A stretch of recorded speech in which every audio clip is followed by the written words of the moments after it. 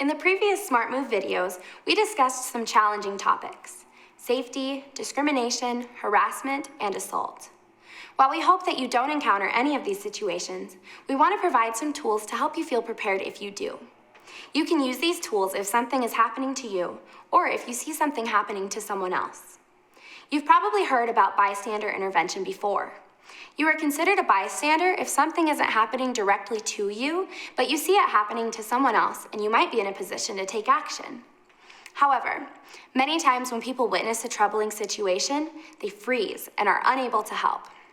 Bystander intervention is simply overcoming that freezing instinct so we can help one another. We know that when we take the time to think about how to respond to a difficult situation in advance, acting in the moment is easier. In our final training, we are going to learn more about bystander intervention using the 5 Ds of being a good bystander: distract, delegate, document, delay, and direct. This information is taken from the book, I've Got Your Back, by Jorge Arteaga and Emily May. The first method is distract. Causing a distraction will draw attention away from the intensity of an interaction and may help de-escalate a situation. This is a good option if you are uncomfortable intervening directly or if that might make the situation worse.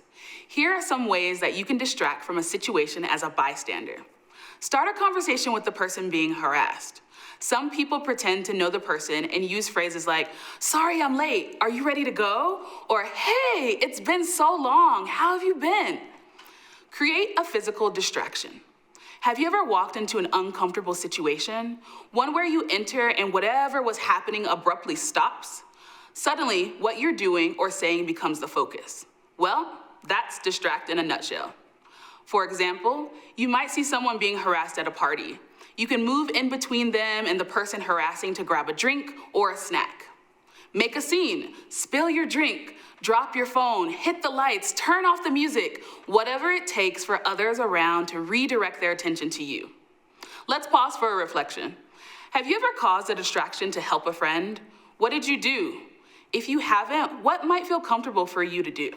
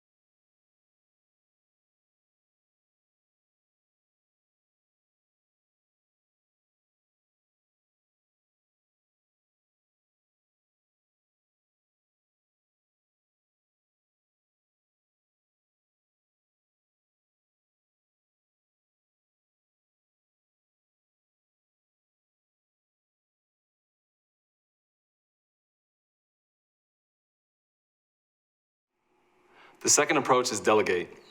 Sometimes you may not be able to diffuse a situation by yourself, or you are too shy to intervene directly. You can instead delegate to others around you by asking for help. Delegate to people you know, whether you are with your friends, family members, coworkers, or classmates. You can ask a friend to come with you to distract from the situation, or even ask them to do it for you. Reach out to strangers who have been paying attention and may be aware of the situation at hand. On campus, you can reach out to your RA, your peer leaders, a staff member, your boss, campus police, or even the Dean of Students' office. We are going to pause for discussion. Who is your outgoing friend you could ask for help in a tough situation? Or are you the outgoing friend?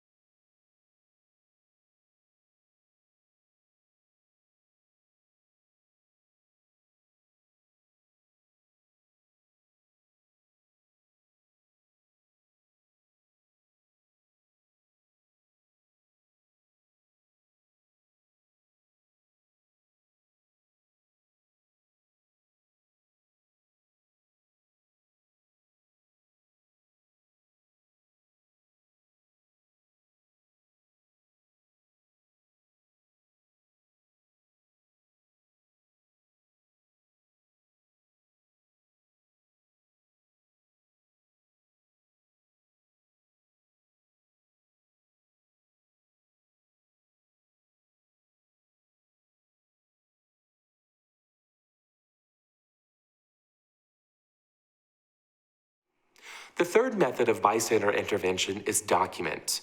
There may be an instance where having proof or evidence of a situation will be important after it has ended. Documentation works best when two guidelines are met.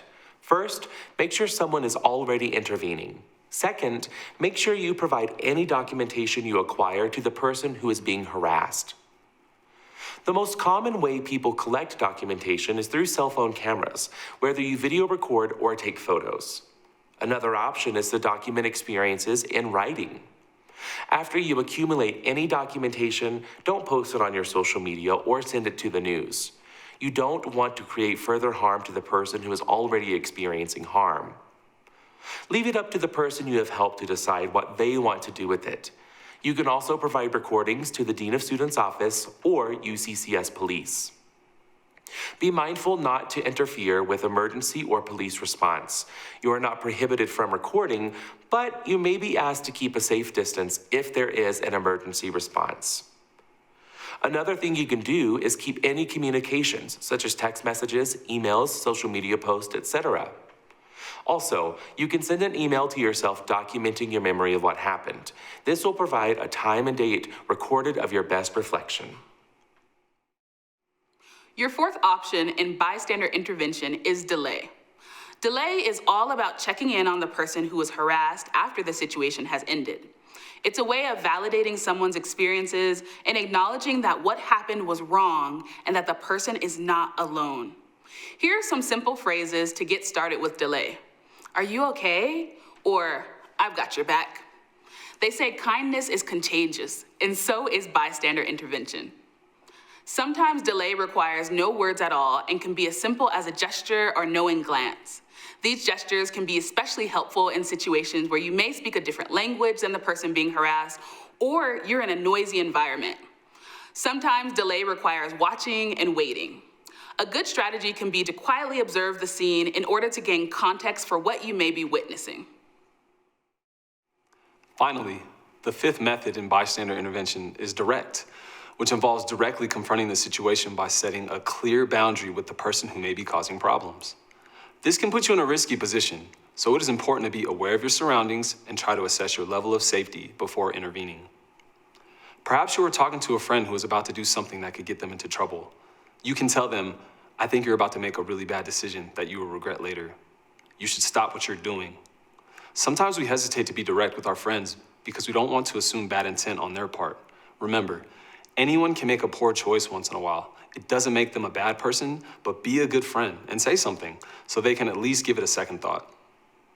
In an instance where you are confronting a person you don't know, you can intervene with phrases such as, is everything okay here? Or, what do you mean by?